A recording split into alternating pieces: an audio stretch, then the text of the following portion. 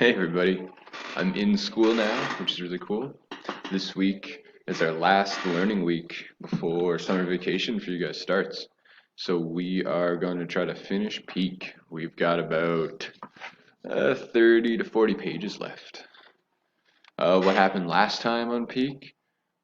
They were climbing up on the secret side, and they just learned that the Chinese soldiers, they'd pulled some climbers off of another climb, and they're bringing them, these Chinese soldiers, to try to find any illegal people climbing on the mountain. So these climbers are going to be acclimatized and able to do the climb like right away, which is dangerous for them. So they can't take much rest. So they are, I think, they're about at advanced base camp level, but they're not quite at advanced base camp because they're climbing in secret. Things are getting serious. Oh, let's move on. Camp 3.5. Yeah, so there you go. Zopa pushed. Oh, my chair is really noisy. Zopa pushed us hard the next 2 days. We were out of camp before dawn, climbing with headlamps. Yogi and Yash were always long gone before we started out, and we didn't see them until we stopped at the end of the day. I had no idea where we were, but according to my altimeter watch, we were gaining altitude. Not that I need the watch. Every breath was painful now. At the end of the day, it was all Sunjo and I could do to eat a little food, drink, and then crawl into our bags. On the third morning, I was surprised to open my eyes and see sunlight coming through the blue tent fabric. I looked over at Sunjo and saw that he was staring at the light too. We had barely talked the past few days. No time and no breath. "How you doing?" I asked. "Not well," Sunjo said. "You've done okay the last couple days." He shook his head. "It has been very hard." This was an understatement. We had done several technical climbs in the past 48 hours. It had been some of the most difficult climbing I had ever done. "Any idea where we are?" Sunjo sat up with a groan. "Feels like we're in the summit." I laughed, which turned into a short but painful coughing fit. When I recovered, I said, "Maybe Zopa is going to give us a day off." "Not likely." We went through the contortions of getting dressed in our small tent, then crawled out. Light snow and freezing fog. We hadn't seen the sky in 3 days. Yogi and Yash were crouching next to the camp stove. Yogi said something that made Sunjo blanch. "What?" I asked. "Zopa is sick." I understood why he was upset. Zopa didn't get sick. Zopa was the Iron Man. He had seemed fine the night before when we got to camp. We hurried over to his tent. He looked terrible. Bloodshot eyes, runny nose, pale. But he managed to sit up in his sleeping bag when we saw him. "We will go to Camp 4 this afternoon," he said. He wasn't going anywhere in this condition. "The virus?" I asked. "I think so," he answered with a slight smile. "Or maybe it's just age." "Regardless," Sunjo said, "we should go back down. We need to get you help." "We cannot go down," Zopa said. "The Chinese are waiting for us. Our only escape is up." We have to come down eventually," I said. "But not on this side." "What are you talking about?" "Nepal is a little more than a mile away from here." I thought he was delirious or something. It would take us days to reach the Friendship Bridge into Nepal. He took out the map and pointed to the south side of the summit. "This is Nepal," he said. He pointed at the north side. "This is Tibet." He walked his fingers up the north side of Everest, then down the south side. "You mean we're not coming back down the north side into Tibet?" I asked. "When you reach the summit," he said, "you will head south into Nepal." "But we're not set up for the south side," I protested. "We don't have tents or gear or—" "Sherpas will help you," Zopa said. "Friends of mine. We have already gotten word to them. They will be waiting on the other side. Yogi and Ash will take you to the summit." "What about you?" Sunjo asked. "As you can see, I am no condition to climb. Camp 4 is as far as I will be going." "Then we'll wait for you to get better," Sunjo insisted. "That's right," I said. "I don't care if I get up to the summit by my birthday. It's not important. To me, anyway. We'll set up camp somewhere, or stay right here until you get better." Zopa shook his head. We don't have enough food or supplies. Yogi and Yash can get more supplies from the other Sherpas. That is not the only obstacle, Zopa said. The weather. In 3 days it will be good for a summit attempt. You will have to be in position. I glanced back outside. It was snowing harder and the fog had thickened. How can you know that? Zopa shrugged. It was impossible. Okay, I said. So the weather breaks and we make it to the summit and somehow we make it down the south side. How are you going to get past the Chinese soldiers on the north side? I am a Nepalese citizen in Tibet with legal papers. Captain Shek has no grounds to arrest me. You saw what happened the last time he tried. I don't think I will be caught, but if I am, the very worst you can do is deport me, which I want anyway. I'll see both of you on the other side. I don't think I can make it to the summit, Sanjo said. I had a lot of trouble yesterday. I'm afraid I've put you in a terrible situation, Sanjo, Zopa said. You will have to make it to the summit now. I thought about offering to stay with Zopa at Camp 4 and help him down the mountain after he got better. But that was clearly not in keeping with my mother's instructions to stay selfish, and I did want to get to the summit. The debate was resolved by Zopa. He gave me a monkish smile. I don't need your help, Peak, but Sanjo will. I just stared at him, relieved I didn't have to make the decision, and stunned that he seemed to have read my mind. How? Zopa held up his hand. Sanjo will not reach the summit without your help, he said.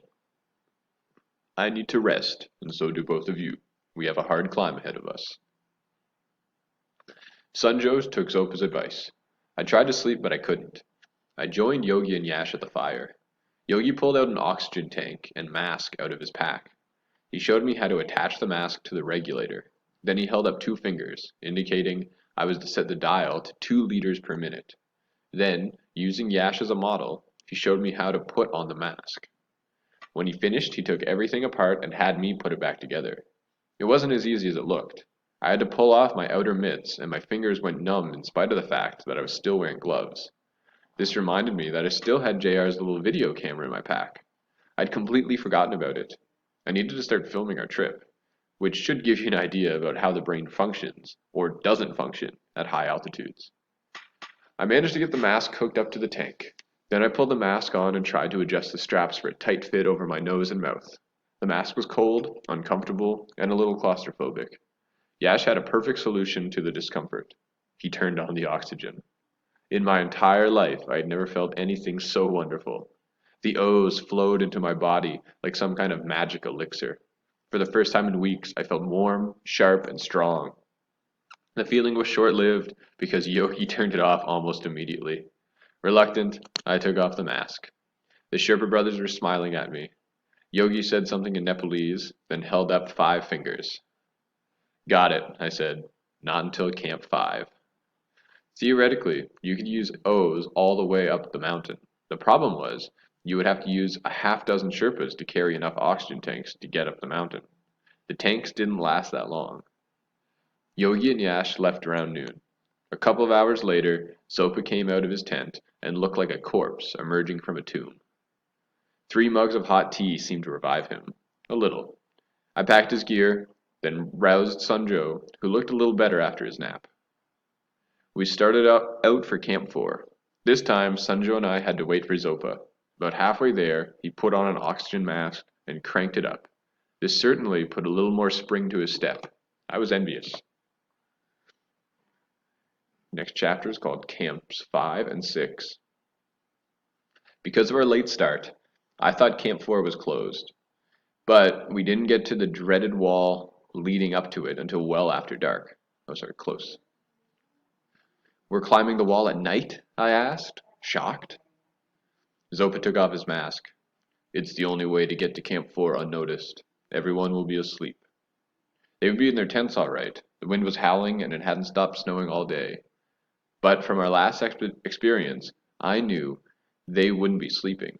If they were like me, when I was up there, they would be lying in their sleeping bags, wondering if there was enough air to keep them alive throughout the night. The last time we were here, it took me over 5 hours to reach the top, and I nearly gave up on the way. The weather was worse now, and it was dark. Yogi and Yash had thrown rope over the side for us to use. You'll need headlamps, Zopa said. Right, I said. Slide the Junmar up the rope.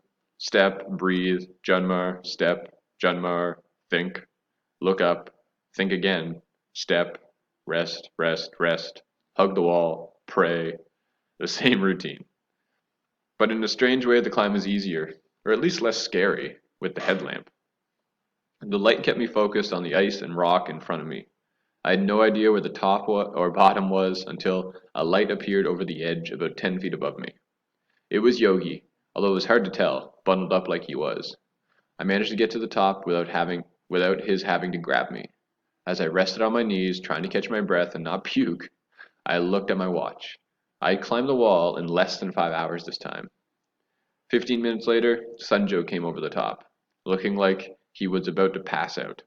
I shouted in his ear that we had made it up the wall a half hour faster than we had last time. This seemed to cheer him up. He managed to get to his feet. Zopa was last. He was in terrible shape.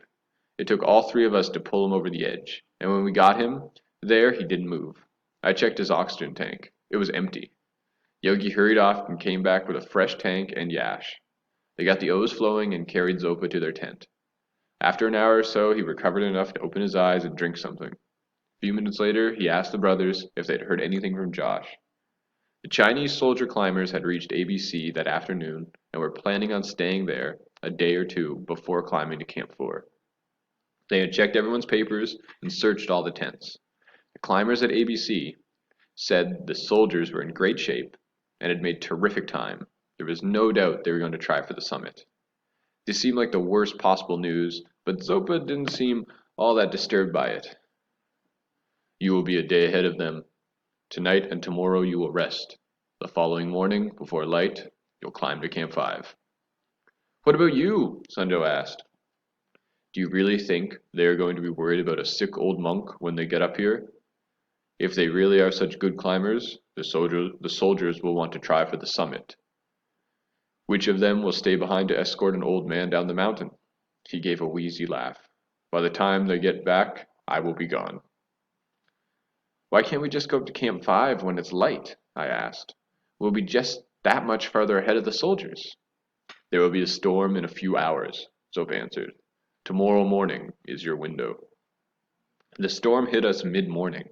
If we had left when I wanted to, we would have been about halfway to Camp 5, and we would have died, along with 3 climbers who did leave that morning. None of them made it to Camp 5, and nobody could help them. The weather was too severe.